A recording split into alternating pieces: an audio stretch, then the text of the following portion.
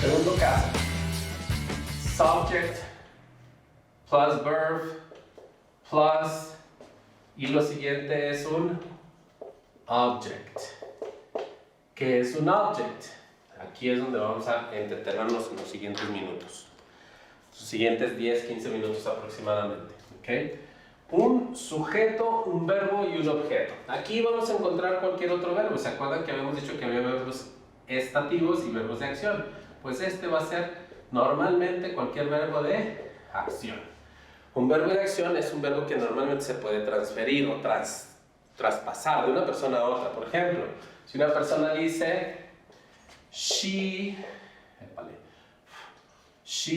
loves, ya se me anda perdiendo aquí. She loves me. Ella me ama. Bueno, en inglés primero va el verbo y después el receptor. Un objeto es en esencia el receptor, the receiver of the action, el receptor de la acción. Esto es lo que llamamos object. ¿Okay? También es el objeto que se transfiere entre una persona y otra. Por ejemplo, si yo digo pass the water to her, pásale el agua a ella. Her no es el objeto que, no es el objeto que se pasa. El water es el objeto. Entonces, el objeto puede ser el receptor de la acción o el objeto que se transfiere entre persona y persona. Pero eso lo vamos a ver en un momento más claramente. Entonces, ¿qué tengo aquí? Vamos a identificar partes. She is the subject. So the subject. Okay. Bueno, esa voy a escribir la pura S. Loves is the verb. En este caso está en presente, puede estar en pasado, puede estar en futuro, en el modo que quieras. Y enseguida el que recibe el amor, es decir, esta persona produce ese amor y ese amor se transfiere a esta persona. Esta persona recibe ese amar de la primera persona. Si digo algo como Danny eats ice cream.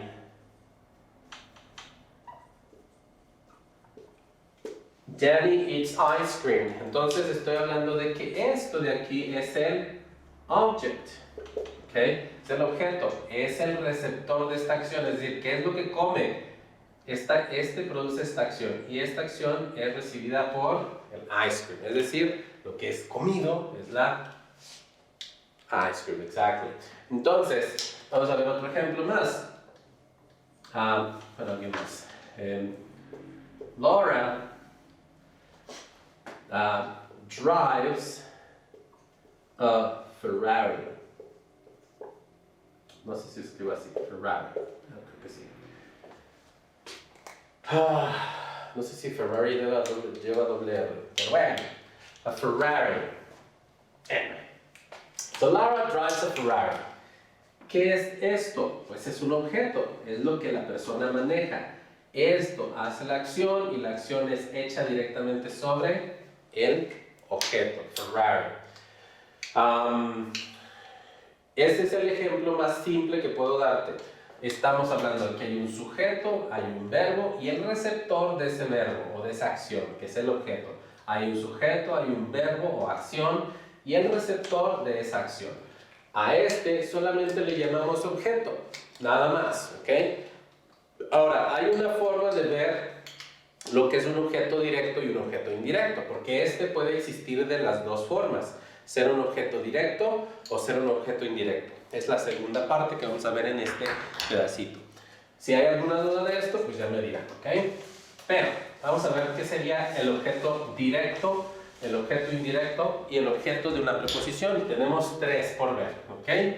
Direct, object. Vamos a ver también indirect, object. Y por último vamos a ver object of a preposition. Okay, entonces son tres cosas.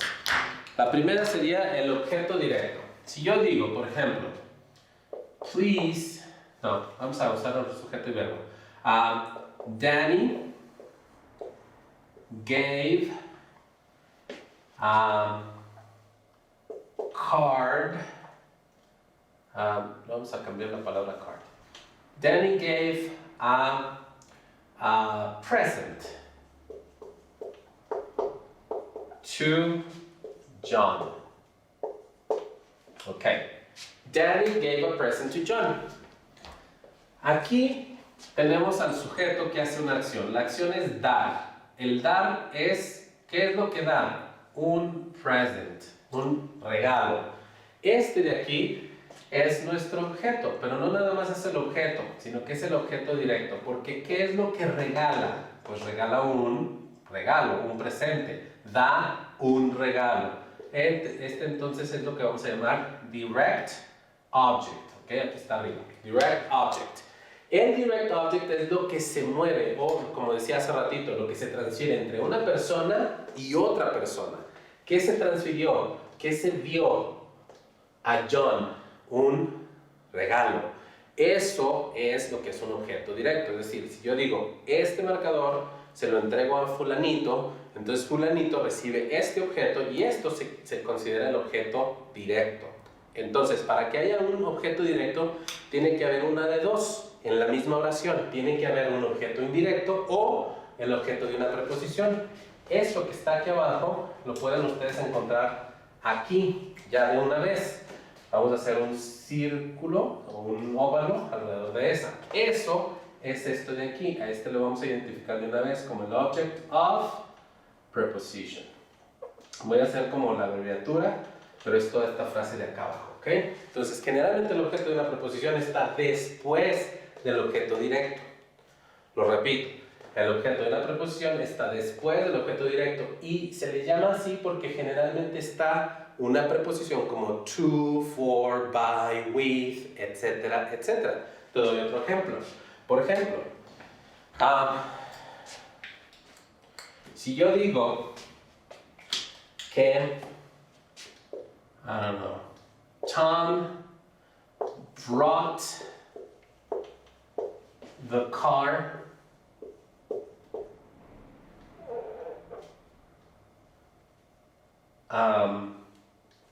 for his father. Entonces, brought, me falta aquí note. Okay. Tom brought the car for his father. Tom trajo el carro para su padre. ¿Qué es lo que trajo en sí? Okay. Tom trajo el carro y el carro, aquí está, the car, okay.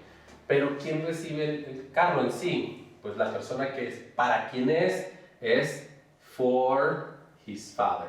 Entonces aquí yo tengo dos, un objeto directo y un objeto de una preposición. La preposición aquí es for, y al estar esa preposición, igual que aquí está este to, esa es la preposición. Entonces este es el objeto de una preposición, of a preposition. ¿Okay? Lo que me deja que es antes, siempre va a venir el direct object, el objeto directo.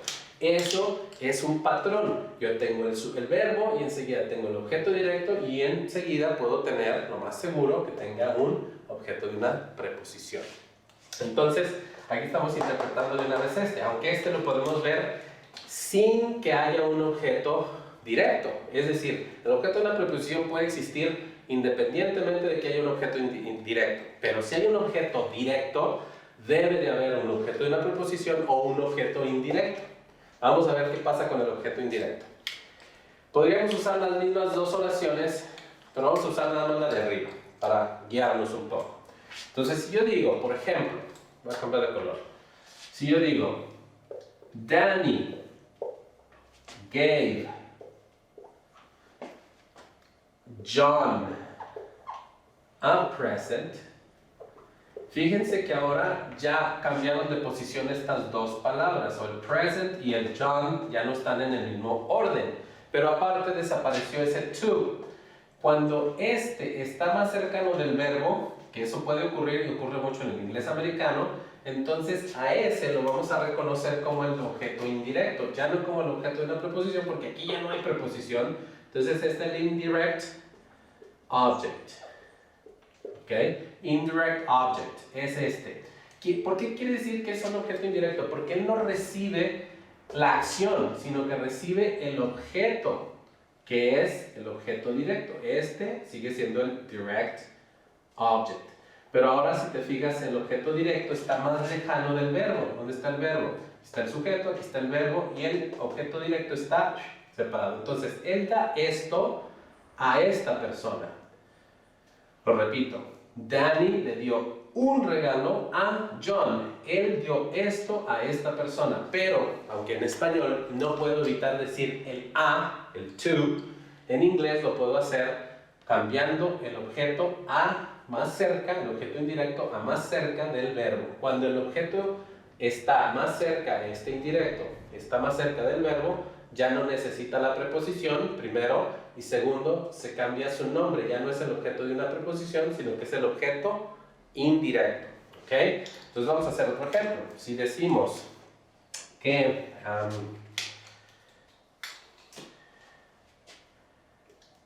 Lucy cooked patty, or patty, the P, the capital P. Lucy cooked patty cake. Bueno, vamos a cambiar el cooked por el baked. Baked. Entonces, Lucy baked Patty a cake. Okay, entonces Lucy le horneó a Patty un pastel. Entonces, ¿qué es lo que horneó ella? El verbo es hornear. ¿Qué es lo que horneó? Un cake. Esto es el objeto directo. Entonces, tenemos que identificarlo así. Aunque esté más lejano, es el objeto directo porque esto es lo que ella hornea. Ella no está horneando a Patty, está horneando un pastel. Suena chistoso. Acá esta persona no está regalando a John, no lo está dando un regalo. Pero quien recibe el regalo es John. Entonces, quien recibe el pastel es Patty, o la receptora del pastel es Patty. El objeto directo recibe la acción, que es ser horneado, y la persona, el objeto indirecto, recibe el objeto directo. Es un poco de estar como entre yendo y viniendo, ¿ok? Indirect object. Este de aquí sería nuestro indirect object, ¿ok? Entonces, ¿qué es la diferencia entre un objeto directo y un objeto indirecto? Que el objeto directo es el que recibe la acción. El objeto indirecto recibe no la acción, sino el objeto que recibió la acción. Entonces, por eso se llama indirecto, porque la acción va hacia allá. Si yo digo limpia la casa recibe la acción de limpiar. Pero si digo limpia la casa por mí, yo lo estoy limpiando la casa, pero te estoy haciendo a ti que lo hagas por mí. Cuando tú lo haces con un fin. ¿Quién recibe la acción a final de cuentas? No la acción, sino el resultado final es para mí, ¿sí? Entonces, yo lo recibí. Y por último, el objeto de la preposición para este caso, tenemos que el objeto de la preposición es simplemente traernos esto, pero más cerca. Por ejemplo, si yo digo, I live with my parents. Yo vivo con mis padres. Yo no puedo decir yo vivo mis padres. Yo tengo que decir yo vivo con mis padres, porque esta acción, o esta parte de aquí, de la acción, el verbo, no es un verbo que pueda tener un objeto.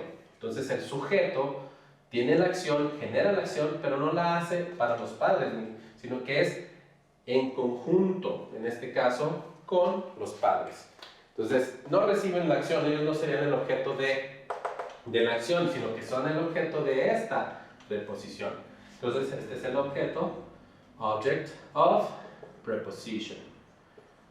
Normalmente suele suceder con acciones que hacemos de manera natural, es decir, acciones con las que no necesitamos algo, a alguien o a nadie para poderlas hacer. Si yo duermo pues por mí mismo. Puedo dormir parado, sentado, acostado, en una cama, en el piso, en un sofá, etc. ¿Okay? En el carro, no sé qué dormirse en el carro, porque entonces no es bueno.